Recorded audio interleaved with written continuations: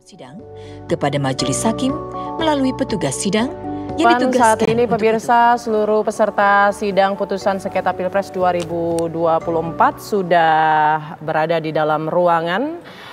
Dari pihak pemohon dari pasangan calon presiden dan calon wakil presiden 01 yaitu Anies Baswedan dan Muhaimin Iskandar sudah hadir di dalam ruang sidang. Begitupun juga pemohon 2 yakni dari pasangan calon presiden dan wakil presiden nomor urut 3 Ganjar Pranowo dan Mahfud MD juga sudah hadir di dalam ruangan. Begitupun dengan pihak terkait yang dalam hal ini adalah paslon 02 diwakil oleh hakim. Maksud kami kuasa hukum dari para kuasa hukum juga sudah hadir di dalam ruang sidang. Kita tinggal menunggu pukul 9 dijadwalkan sidang putusan sengketa Pilpres 2024 ini akan segera dimulai dan para hakim nantinya akan segera memasuki ruangan pada pukul 9 pagi hari ini. Namun sebelum kita sambil kita menanti jalannya sidang, tadi sebelumnya Bang Margarito kuasa hukum dari 02 Oto Hasibuan mengatakan semoga tidak ada kejutan ya. Padahal sebenarnya kalau saya catat di sini kejutan-kejutan MK ini sudah terjadi ya tanpa kita sadari. Mulai dari keleluasaan para pihak menghadirkan saksi ada 19, padahal di tahun 2019-2014 saksi hanya dibatasi 2 misalnya. Kemudian juga ada pemanggilan 4 menteri. Ini kan sebenarnya kejutan yang belum pernah ya dilakukan di periode-periode sebelumnya. Apakah nanti akan ada kemungkinan ada amicus Iya benar sekali yang sebelumnya belum pernah diajukan. Kemudian apakah nanti akan ada kemungkinan nih asas ultra petita atau melebihi dari gugatan yang diajukan oleh pemohon nantinya yang akan dibacakan oleh majelis hakim? Saya rasa kita mulai dari terakhir ya. Ultra petita sih saya rasa tidak mungkin karena yang diminta itu sudah ultra sebenarnya. Mendiskualifikasi Mas Gibran, Pak Gibran itu kan luar biasa. Tapi itu kan cara MK mengelaborasi proses itu mendalami kasusnya ini sepertinya lebih daripada periode sebelumnya begitu.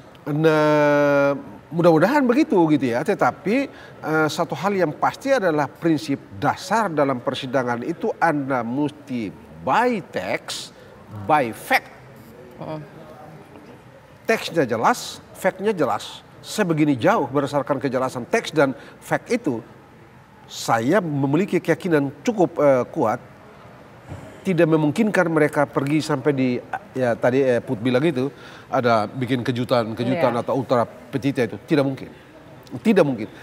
mungkin sama sekali karena sekali lagi mau diputar bagaimanapun tidak mungkin gitu ya. Anda boleh mutar, Anda bisa lakukan lompatan kalau ada teks tapi teksnya itu kabur begitu.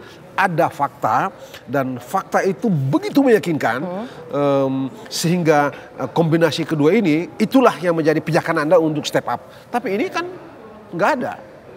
Teksnya jelas. Anda kalau kayak Gibran lah, Anda bilang Gibran nggak sah. Undang-undang bilang Anda perkara dong. Kecuali kalau undang-undang nggak jelas. Nah, ini undang-undang jelas, pasalnya jelas. Kenapa Anda tidak bikin?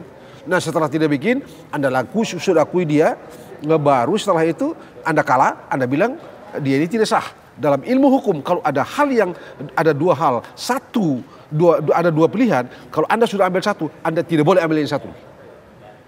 Ini kan dua pilihan Anda karena hak itu memberikan kewenangan kepada Anda untuk gunakan atau tidak gunakan.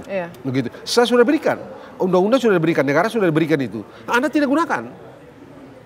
Nah, lalu nanti baru ini harus digunakan pada tingkat ini. Anda tidak gunakan, Anda baru menggunakan pada tingkat Mahkamah Konstitusi dan pada saat Anda kalah. Itu enggak make sense. Dalam segi ilmu hukum ya. Saya tidak bicara politik dan bicara praktis. Ilmu hukum, begitu kaidahnya. Kalau ada dua hal, Anda sudah milih satu, itu berarti Anda melepaskan yang satu.